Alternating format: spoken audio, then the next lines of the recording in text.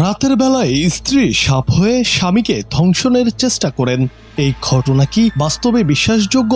তবে এমনই এক দাবি নিয়ে হাজির হয়েছেন এক স্বামী। তার এই কথা শুনে রীতিমতো তাজ্জব বনে গেছেন জেলার কর্মকর্তারা। ভারতীয় গণমাধ্যম এনডিটিভি এমনই এক খবর প্রকাশ করেছে। ঘটনাটি ভারতের উত্তরপ্রদেশের সীতাপুর জেলার মানুষদের নানা সমস্যা ও অভিযোগ শুনে সেগুলো সমাধান করতে জেলা প্রশাসন নিয়মিত একটি সভার আয়োজন করে। এটি সমাধান দিবস নামে পরিচিত। এতে স্থানীয় মানুষ বিদ্যুৎ, সড়ক ও রেশন কার্ড সহ বিভিন্ন সমস্যার কথা জেলা ম্যাজিস্ট্রেটের কাছে তুলে ধরেন। সর্বশেষ সমাধান দিবসের সভায় জেলার মাহমুদাবাদ এলাকার লোদশা গ্রামের বাসিন্দা মেরাজ আজব এই অভিযোগ নিয়ে হাজির হন। তিনি জানান, তার স্ত্রী নাসিমুন রাতে সাপের আকৃতি ধারণ করে তাকে দংশনের জন্য ধাওয়া করে।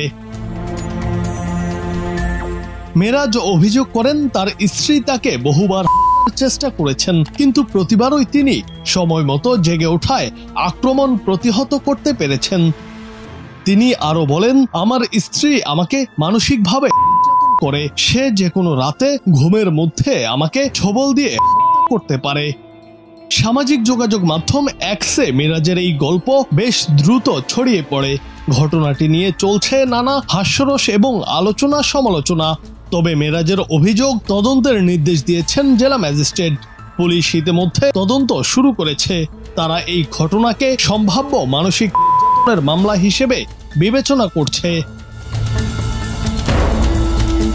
জুনায়েদ আহমেদ, বাংলা টিভি।